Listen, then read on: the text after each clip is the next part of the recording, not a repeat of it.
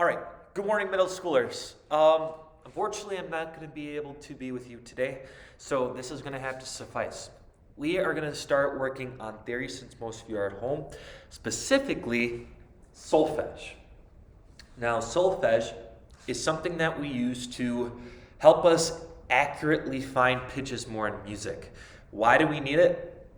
Because one, it helps us build our ear training and find specific pitches. Plus, it's an easier way to learn music instead of just copying what you hear in the piano. In this case, we are going to be using the musical alphabet to help us establish what each syllable in solfege is for. Okay. Now, if you've been observing the choir room before, you would have noticed this on the wall. This is all the solfege symbols and their hand signs, okay?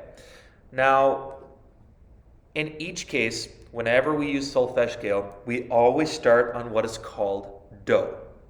Do is always the most passive because it's the home note. It's the one that we start on, and it's always the one that we end on because it matches the musical alphabet. So, for example, in this case, there are 8 symbols in solfege because do acts as the beginning and acts as the end. So if we were to do something like, for example, C major scale. When we work on the C major scale, we have to realize that there are no sharps and flats, so we just use all the white keys on the piano. So we would start with C, D, E, F, G, A, B, and C, just like this. There's no flats, no sharps, just straight up the piano from C to C. Now we have to incorporate the solfege symbols. Now if you look at the board here, like I said, we start with movable do.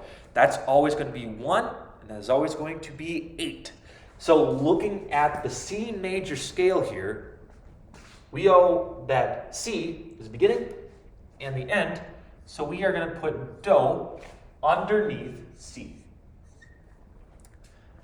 In this scale, C major scale, C is always going to be do. All right? And if we look at the chart, we continue to add the extra symbols in between in the respective order. So D is going to be re, E is going to be mi, F is fa, G is so, A is la, B is T. Okay? Now, this is the order of how it would look in a C major scale.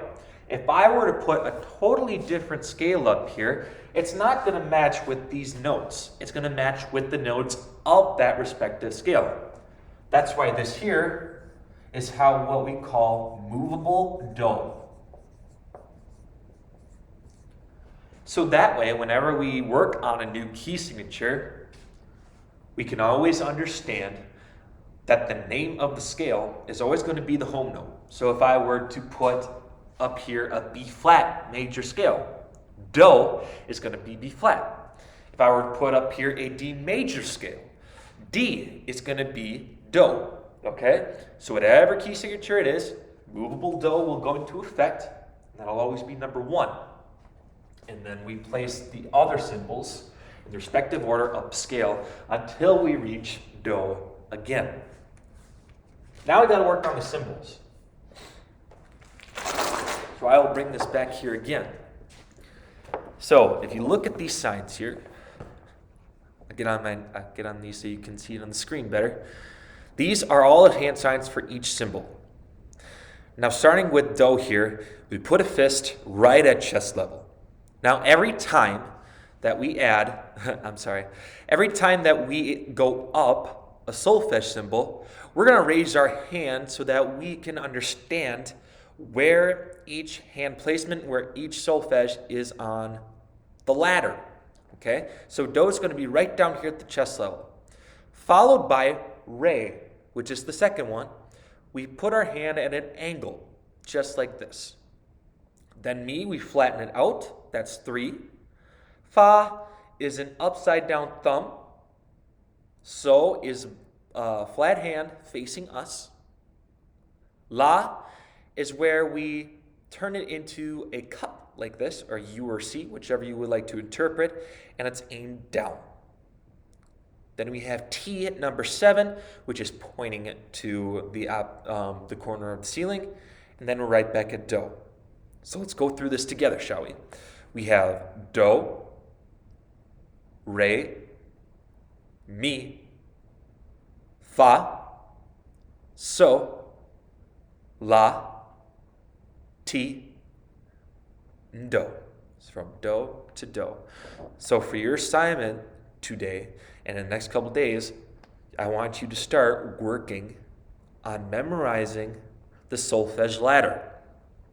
Because when we do, we're going to incorporate that into the key signatures that we're going to learn. Okay? So if you need any assistance from me, don't be afraid to reach out. Always come back to this video if you need more guidance as well. That's all I have for you today. Happy learning, guys, and we'll see you in the next clip.